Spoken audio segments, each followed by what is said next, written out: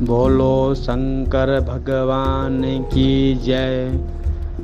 भक्तजनों, आज मैं आपको ओमकारेश्वर का वर्णन वृत्तांत से कहता हूँ।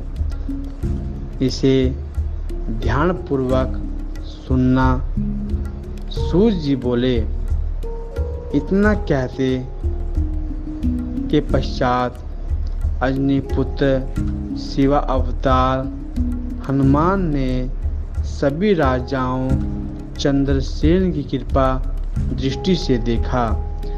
ऋषिगण बोले, हे महाभाग सूत, आपने अपने भक्तों की रक्षा करने वाले महाकाल नामक ज्योतिर्लिंग की अद्भुत कथा सुनाई।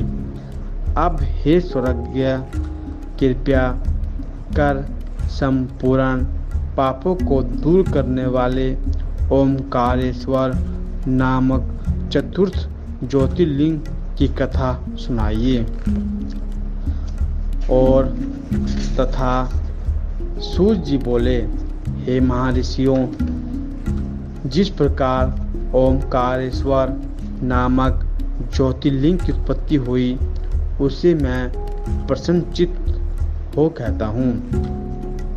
आप लोग सुने।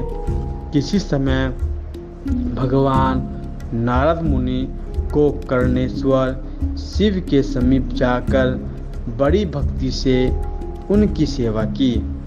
फिर वहाँ से मुनि श्रेष्ठ नारद जी विंध्या पर्वत पर आए। विंध्यागिरीश ने बड़े सम्मान के साथ उनकी पूजा की। फिर वह, मैं सब प्रकार से पूर्ण हूँ, मुझ में किंचित मात्र न्यूनता नहीं है। इस प्रकार अहंकार पूर्ण हो नारद के सामने तन कर खड़ा हो गया। उसके इस प्रकार के अभिमान को देखकर अभिमान को चूर्ण करने वाले नारद जी दुखी हो निश्वास लेकर स्थित रहे।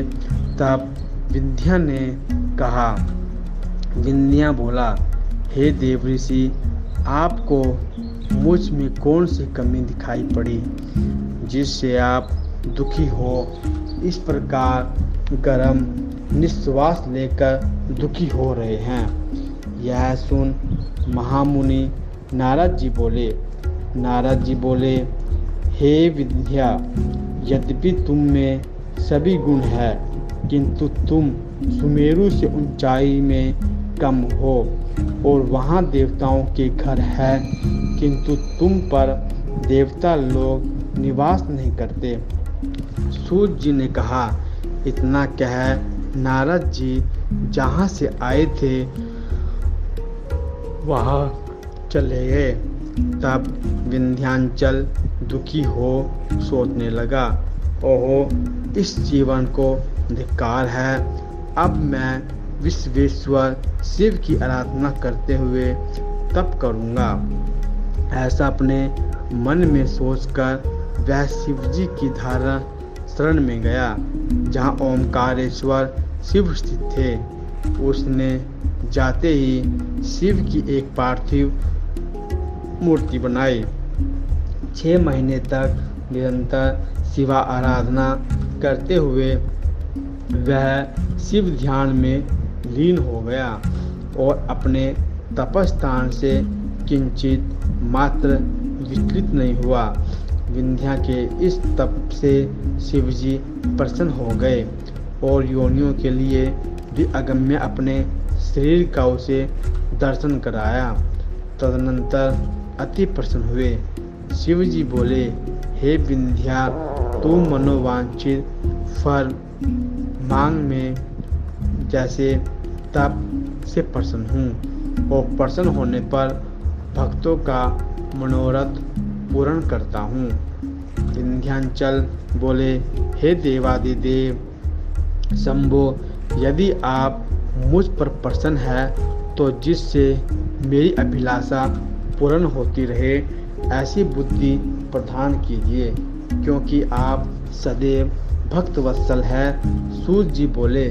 उसकी बात सुन भगवान शिव देर तक अपने मन में विचार करते रहे कि यह विंध्या बड़ा मूर्ख है, दूसरों को दुख देने के लिए वर चाहता है।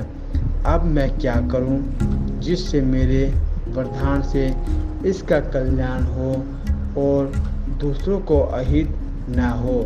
मेरे द्वारा दिए गए वरदान से किसी दूसरे को पीड़ा न पहुँचे। पुनः सूर्य जी बोले। इतना सोचने पर भी भगवान शिव ने उसे उत्तम वरदान देकर कहा, हे पर्वतराज विंध्या, तुम जैसी इच्छा हो वैसा करो। इसी समय विशुद्ध अंतःकरण वाले देवताओं और ऋषियों ने शिव की पूजा कर कहा, हे प्रभु, आप यहीं स्थित रहे और देवताओं का वचन सुन प्रसन्न हुए। सदा शिव ने वहां पर उसी प्रकार निवास किया जिस प्रकार ओमकारेश्वर नाम का वह लिंग जो एक था वह 2 रूपों में विभक्त हो गया। प्रणव में जो शिव निवास किए वे ओमकारेश्वर के नाम से विख्यात हुए और जो पार्थिव में प्रकट हुए वे परमेश्वर के नाम से विख्यात हुए। वे दोनों ही भक्तों का अभिष्ट पूरा करने वाले तथा भक्ति मुक्ति देने वाले हुए। देवताओं एवं ऋषियों ने उन दोनों की पूजा तथा स्तुति कर अनेक वरदान प्राप्त किए। देवता लोग वरदान प्राप्त कर अपने अपने स्थान को चले गए। विंध्या भी अपने मन में बहुत प्रसन्न हुए। उनका कार्य सिद्ध हो गया, इसीलिए उन्होंने दुख त्याग दिया। हे द्विजो, हे ब्राह्मणों, जो ओमकारेश्वर तथा परमेश्वर लिंग की पूजा करता है वह माता के गर्भ में पुनः निवास नहीं करता तथा उसके सभी अभिष्ट पूर्ण हो जाते हैं, इसमें संशय नहीं है। पुनः सूर्य जी ने कहा, मैंने इस प्रकार ओमकारेश्वर का महात्म्य कहा। अब इसके आगे केदारेश्वर नामक श्रेष्ठ ज्योतिर्लिंग का वर्णन करता हूँ। सूर्य जी बोले कि हे द्विजो, हे ब्राह्मणों, विष्णु के अवतार नर नारायण ने भारत खंड स्थित बद्रिका आश्रम में तप किया और उन्होंने पूजा करने हेतु सदा शिव से प्रार्थना की थी। इसीलिए भक्त पर बस सदा शिव नित्य उनके पार्थिव लिंग में जाकर विराजमान हो जाते। इस प्रकार शिव का पूजन करते हुए परम शिव भक्त विष्णु के अवतार धर्मपुत्र नर नारायण का बहुत समय व्यतीत हो गया। किसी दिन प्रसन्न हुए सदाशिव उन दोनों से बोले, मैं तुम दोनों पर प्रसन्न हूँ, वर मांगो। शिवजी के ऐसा कहने पर स्वयं नर नारायण लोकहित की कामना से बोले। नर नारायण बोले, हे देवेश, हे शंकर, यदि आप हमसे प्रसन्न हैं और हमको वर देना चाहते हैं तो आप सदाशिव अपने स्वरूप से मेरी पूजा के निमित्त यहीं पर निवास करें। सूर्य जी बोले, उन दोनों के द्वारा इस प्रकार कहे जाने पर हिमाच्छादित उस केदार पर महेश्वर सदाशिव ज्योति रूप से वहीं स्थित हो गए। इस प्रकार उनसे पूजित हुए संपूर्ण संकट भय को दूर करने वाले शिव जी लोक का कल्याण करने के उद्देश्य से एवं भक्तों का दर्शन देने से निमित्त वहीं केदारेश्वर नाम से स्वयं स्थित हो गए। वे दर्शन तथा पूजन करने से अपने भक्तों का मनोरथ को प्रसन्न कर मनोवांछित फल प्राप्त करते हैं। तभी से बद्रिका आश्रम के निवासी सदाशिव का पूजन कर अपना अभिष्ट मनोरथ पूर्ण करते हैं।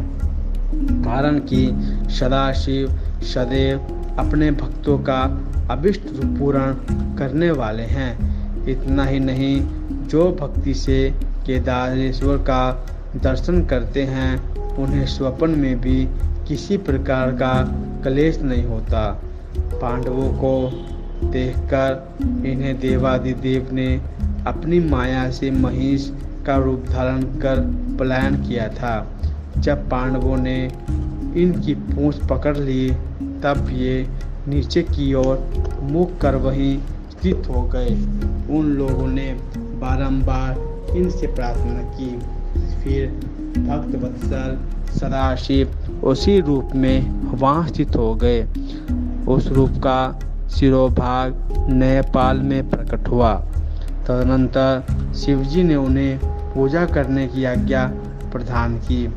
उनकी पूजा से प्रसन्न हुए सदाशिव ने उन्हें नाना प्रकार का वरदान दिया और स्वयं वही स्थित हो गए।